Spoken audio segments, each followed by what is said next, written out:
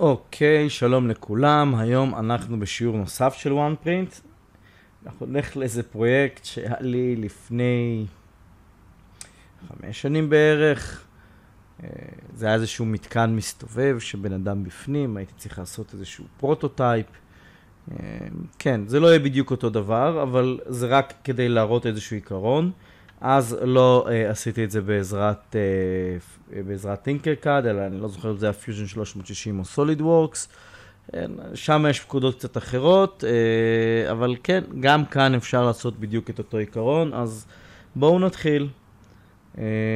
אוקיי, אז בעצם אנחנו היום נעשה בעצם כמה חלקים עם תנועה סיבובית בתוך מוט. אז אנחנו ניקח את הדונאץ הזה, כשאני אמתח את זה אני לוחץ על Shift, ואז זה מגדיל את הכל באופן שווה. זה בערך 100 ומשהו, לא באמת קריטי לי. אוקיי. בטיוב אני אוריד ל-1, ואז אני חושב שהכל בערך יסדר לי, יהיה לי פרופורציונלי. כן, לא רע. מה שכן, נעשה טיפה יותר רזולוציה, שיראה טיפה יותר טוב. אוקיי. אז זה 1, והייתי כן מעמיד את זה. אוקיי, 90 מעלות. כיפק, ודרופ. D. זה דרופ. מעולה. עכשיו, תראו, אני יכול עם אותה צורה גם לעשות משולש כזה. זה גם לשחק דווקא עם הרזולוציה. בואו נעשה בדיוק את אותו דבר. אז כמה הגובה כאן? זה היה 102 או משהו. או שאני פשוט לוקח את זה, Ctrl C, Ctrl D, ובאופן פרופורציונלי צריך להקטין אותו. אז אחד, אני יוריד, נדמה לי שזה את זה, כן, להפוך אותו למשולש. אז כאן הייתי כן רוצה שזה יהיה משולש. אוקיי,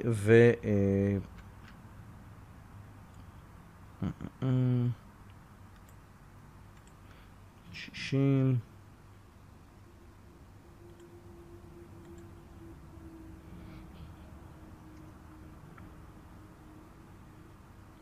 למרות שזה לא בדיוק, כי אז יוצא, כאן זה צריך להיות קצת פחות, אני לא יודע, לעשות חישוש של קוסינוס וסינוס, אבל פחות או יותר הקטנתי את זה קצת, כדי שפחות או יותר נקבל משהו שיוכל להיכנס פה, אפילו עוד טיפה הייתי מקטין, אולי כאן אפילו ל-40 וכאן ל-50 נניח. אוקיי, ניקח את שני אלה, אליין, 1, 2, 3, כן. שגם עם משולש יכול להיות קצת איזושהי בעיה. פחות או יותר. עכשיו, מה שאני כן עכשיו צריך זה לשים איזשהו חור של מוד באמצע. נניח והחור יהיה 3 על 3.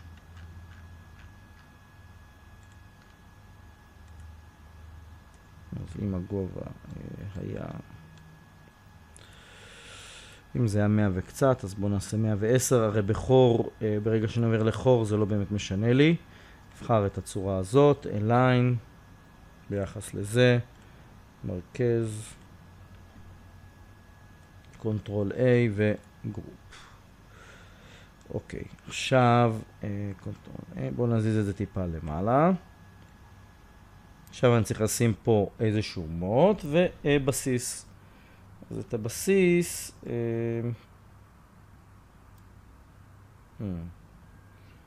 נגיד נעשה דבר כזה ונשים אותו בגובה 5 מספיק לי. רזולוציה טובה. ואותו דבר, זה ביחס לזה, Align. לא משנה לי ביחס למה האמת. שים את זה כאן. אוקיי. נניח ואני רוצה את זה טיפה יותר למטה, אני יכול גם קצת להזיז. אוקיי, עכשיו אני צריך כמובן מוט שהוא יותר קטן. אז אם החור הוא 3, בואו נניח נעשה שלנו תנועה חופשית 2.5.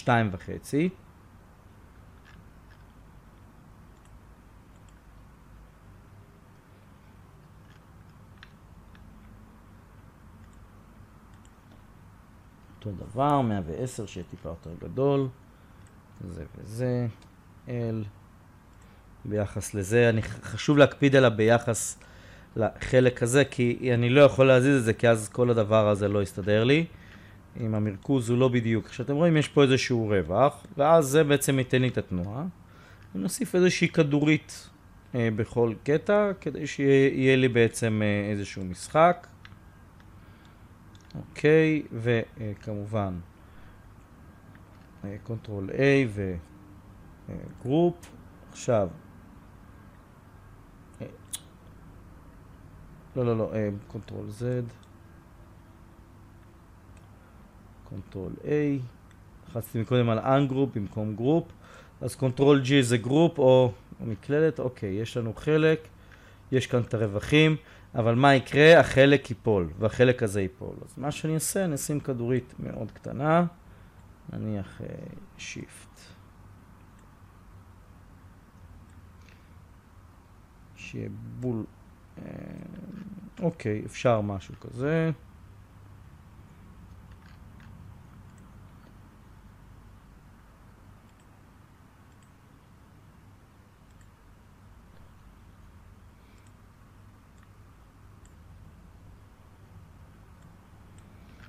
פחות או יותר, שלא יהיה לי פשוט מצב שאני לא אראה אותו.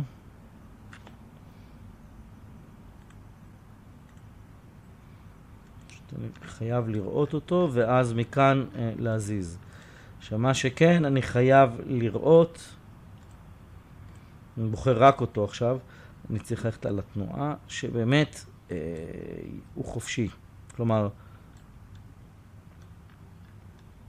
הוא לא מתנגש לי עם החלק, הוא לא מתחבר. אם הוא מתחבר לי איפשהו, זה פחות טוב, אני צריך טיפה, עוד טיפה להוריד. אוקיי, בסדר גמור.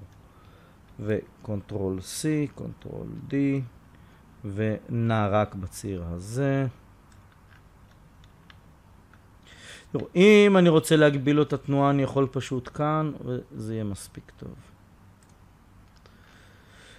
האמת גם זה לא כל כך חובה, כי ברגע שאני אסגור את הלמעלה זה גם ייתן לי בדיוק את אותו דבר, אז בואו כרגע ניתן לו פה כמה שפחות סיבוכים יותר טוב לי. אז כאן באמת.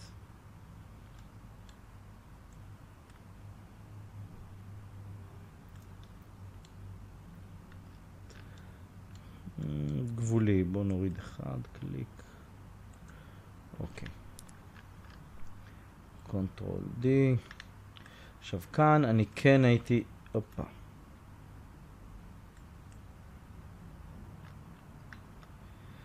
מעלה לכאן.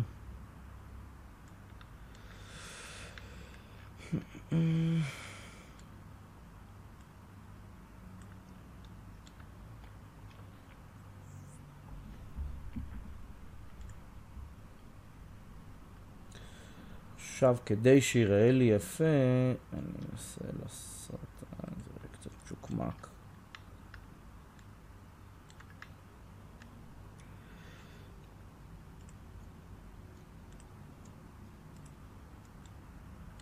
רוצה את זה, נניח ואת זה, אליין ביחס לכדור, תמרכז. אני בעצם אפילו, צריך לעלות טיפה.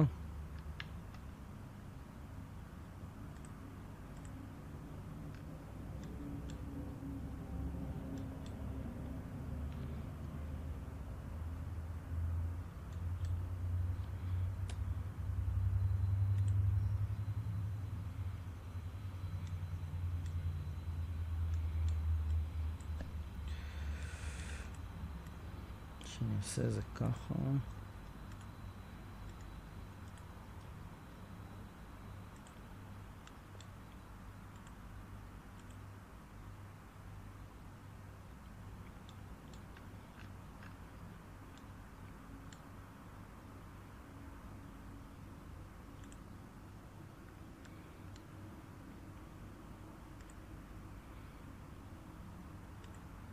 אוקיי, מה שעשיתי, אני לא רציתי שזה ייגע פה בקצה. עכשיו אני רואה שזה טיפה נוגע, כנראה שאין לי ברירה, אז ידנית אני אעלה קצת. המטרה שלי שזה יהיה בערך באמצע הכדור, ואז כשנבחר את זה ואת המוט, אוקיי, ויעשה גרופ, אז אתם רואים, ברגע שאני אחבר את זה ואת זה, אז זה יישאר לי, ועוד פעם יעשה גרופ, אז יהיה לי כמו שצריך, לסגור לי את זה 100%, 1, זה, וזה, וזה, והכל גרופ. עכשיו, מה שבעצם יוצא לי זה דבר כזה, החלק הזה, המשולש, יכול קצת לנוע לי למעלה ולמטה, וזה יכול רק להסתובב, זה יכול גם להסתובב, וגם לזוז קצת למעלה ולמטה. שוב, זה רק להראות איזשהו עיקרון של סיבוב.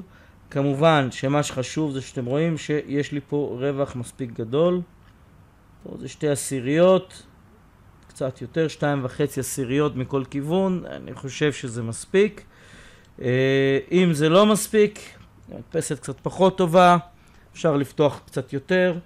מה שכן, לא כל מדפס תדע לעשות את התמיכות ההיברידיות האלה, כלומר לא כל סלייסר יכול, או שזה קצת טכנית קשה. אפשר לעשות תמיכות רגילות, בלי תמיכות הדבר הזה לא כל כך יעבוד.